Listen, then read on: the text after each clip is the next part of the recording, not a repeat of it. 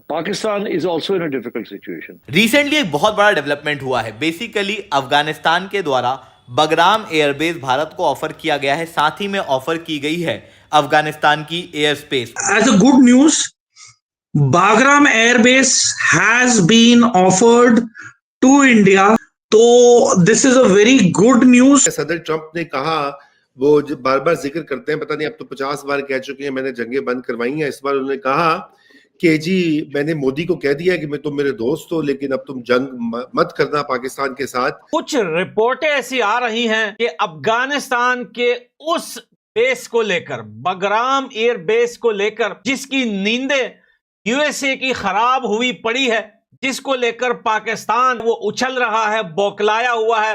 जंग के बादल गहरे हो रहे हैं। पिछले 70 साल से या उससे ज़्यादा से भी पाकिस्तान की जो खारजा पॉलिसी और डिफेंस पॉलिसी रही है और अब भी है, वो प्रेडिकेटेड थी, मबनी थी to avoid a two front situation. बात यह है कि आपने तो सब कुछ खत्म कर दिया ना। हाँ, वो अमेरिका जो अब तक इस मामले में कहीं दूर दूर तक दिखाई भी नहीं दे रहा था। जब अफगानिस्तान और यहां तक कि तालिबान सरकार ने लोगों से मदद की गुहार लगाई थी, तब तक अमेरिका शांत बैठा था। लेकिन जैसे ही भारत ने अब अपनी सामरिक शक्ति का प्रदर्शन बगराम एयरबेस को बनाना शुरू कर दिया है, उसके बाद अमेरिका बौखला चुका है। हाल यह बन चुका है कि भाई की राष्ट्रपति डोनाल्ड ट्रंप ने भारत को सीधे धमकी तक दे डाली थी। देखिए, चाइना और यूएस को इकट्ठा ना करें, क्योंकि इस वक्त वो जो बगराम में आना चाहते हैं, उसको कंट्रोल करना चाहते हैं। पिछले 70 सालों में अफगानिस्तान के अंदर से जो दहशतगर्दी पाकिस्तान में आ रही है, उसका सेंटर ऑफ ग्रेविटी काबुल नहीं है। काबुल एक प्राइमरी जो सेंटर ऑफ ग्रेविटी नहीं है, एक सेकेंडरी आर्म है। प्राइमरी जो सेंटर ऑफ ग्रेविटी पाकिस्तान में दहशतगर्दी का है वो दिल्ली है, और दिल्ली कोऑर्डिनेट कर रहा है काबुल के साथ पाकिस्तान में दहशतगर्दी भेजने के लिए। अभी से नहीं, 1947-48 से ये जो नेक्सस है वो चल रहा है। होता है, इसको कहते हैं बार्टर सिस्टम। तो नेचुरली हमसे बोला गया कि भैया हम आपको ये ऑफर करते हैं, आप ये ले लीजिए। हमने बोला ठीक है, ग्लैडली वी कम हियर। तो हमने अपना तिरंगा लगा दिया बागराम में।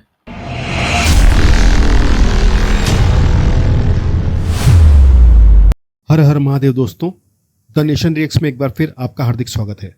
फाइनली भारत ने अफगानिस्तान के बगराम एयरबेस पर अपना तिरंगा फहरा दिया है। यह कदम भारत के लिए बड़ी रणनीतिक जीत मानी जा रही है।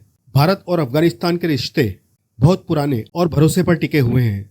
जब भी अफगानिस्तान मुश्किल में रहा है, भारत ने उसकी मदद की है। चाहे सड़कें बनवानी हो, स्कूल या अस्पताल, भारत हमेशा साथ खड़ा रहा है। कुछ दिन पहले ही पाकिस्तान ने अफगानिस्तान पर बमबारी की थी, जिससे दोनों देशों के बीच तनाव बढ़ गया था। अफगानिस्तान को अब ऐसे साथी की जरूरत थी जिस पर भरोसा किया जा सके, और वह साथी उसे भारत के रूप में मिला। बगराम एयरबेस बहुत अहम जगह है, जिस पर अमेरिका और चीन की नज़र भी थी। कहा जाता है कि ट्रंप इस बेस को हर कीमत पर हासिल करना चाहते थे, लेकिन अब बगराम एयरबेस पर भारत की मौजूदगी भारत के बढ़ते अंतर्राष्ट्रीय प्रभाव को दिखाती है।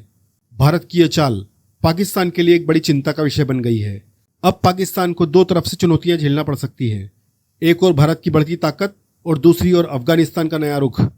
यह भारत की समझदारी और कूटनीतिक सफलता का एक बड़ा उदाहरण है। कि जो पाकिस्तान बंदरों की तरह, मतलब लिटरली उछल उछल के कूद के बोल रहा था मैं कि भाई any attack on Pakistan means attack on Saudi.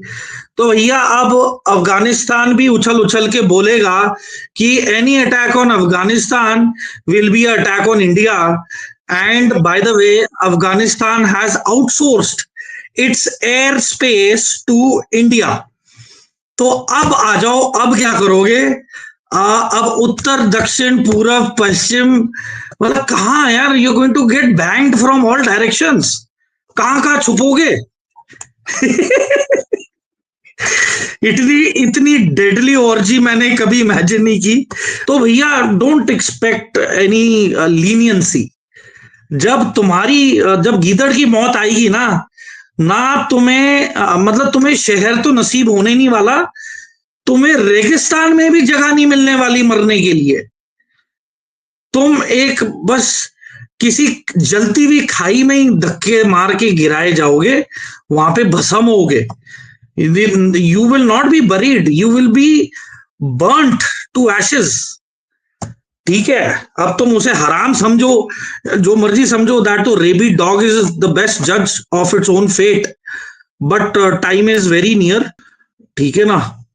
तो everything is, I mean see, of Trishul is a gift, कि जो तुमने हरकतें की है ना to hit our head of state PM Modi के खिलाफ, जो तुमने षड्यंत्र रचा था ना to take him out and all that, of Trishul is the ultimate gift from our side to you. और cherry on the cake is Bagram airbase.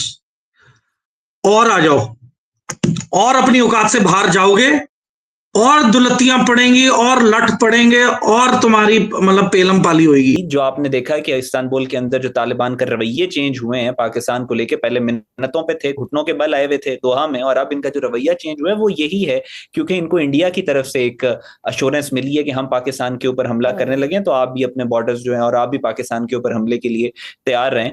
So India और अफगानिस्तान इस वक्त जो काबुल की रजीम है, अफगानिस्तान में नहीं कहूंगा क्योंकि अफगानिस्तान में बहुत सारे मुसलमान है, पाकिस्तान से प्यार करने वाले लोग हैं, ये बैंड ऑफ गैंगस्टर्स जो इम्पोज्ड है काबुल के ऊपर, इसकी पूरी की पूरी कोशिश यही है कि ये इंडिया के साथ मिलकर, और इंडियंस की कोशिश ये है कि वेस्टर्न फ्रंट के ऊपर अफगान तालिबान को अपने साथ मिला के और टीटीपी को अपने साथ मिला के, टीटीपी तो खैर है ही उनकी प्रॉक्सी, सो इनको इस्तेमाल करके इस दफा दोबारा एक बड़ा अटैक पाकिस्तान के ऊपर किया जाए।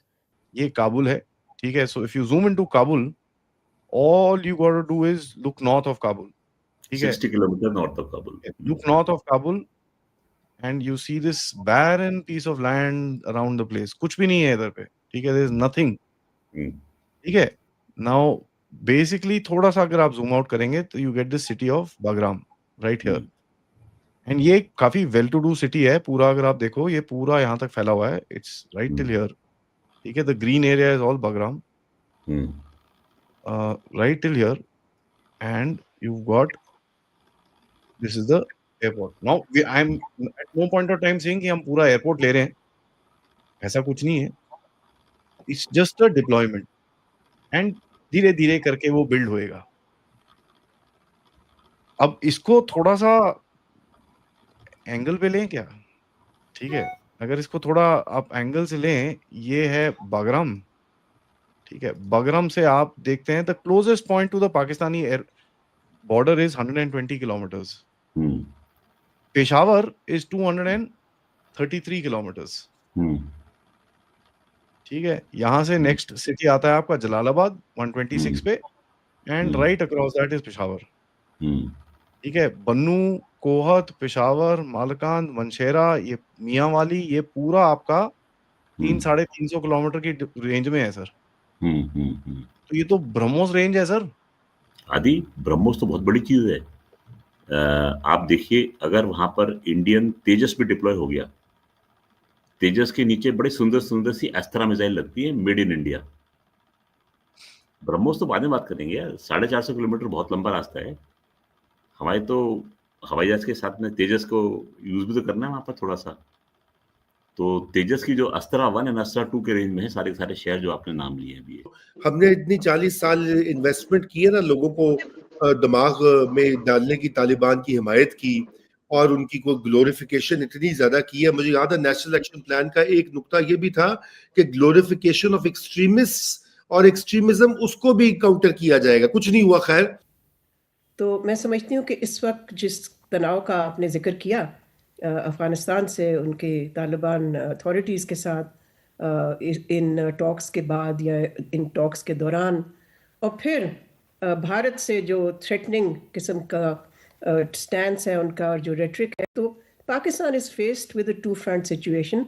और मैं आपसे बिल्कुल एग्री करूँगी कि एक डोमेस्टिक फ्रंट भी है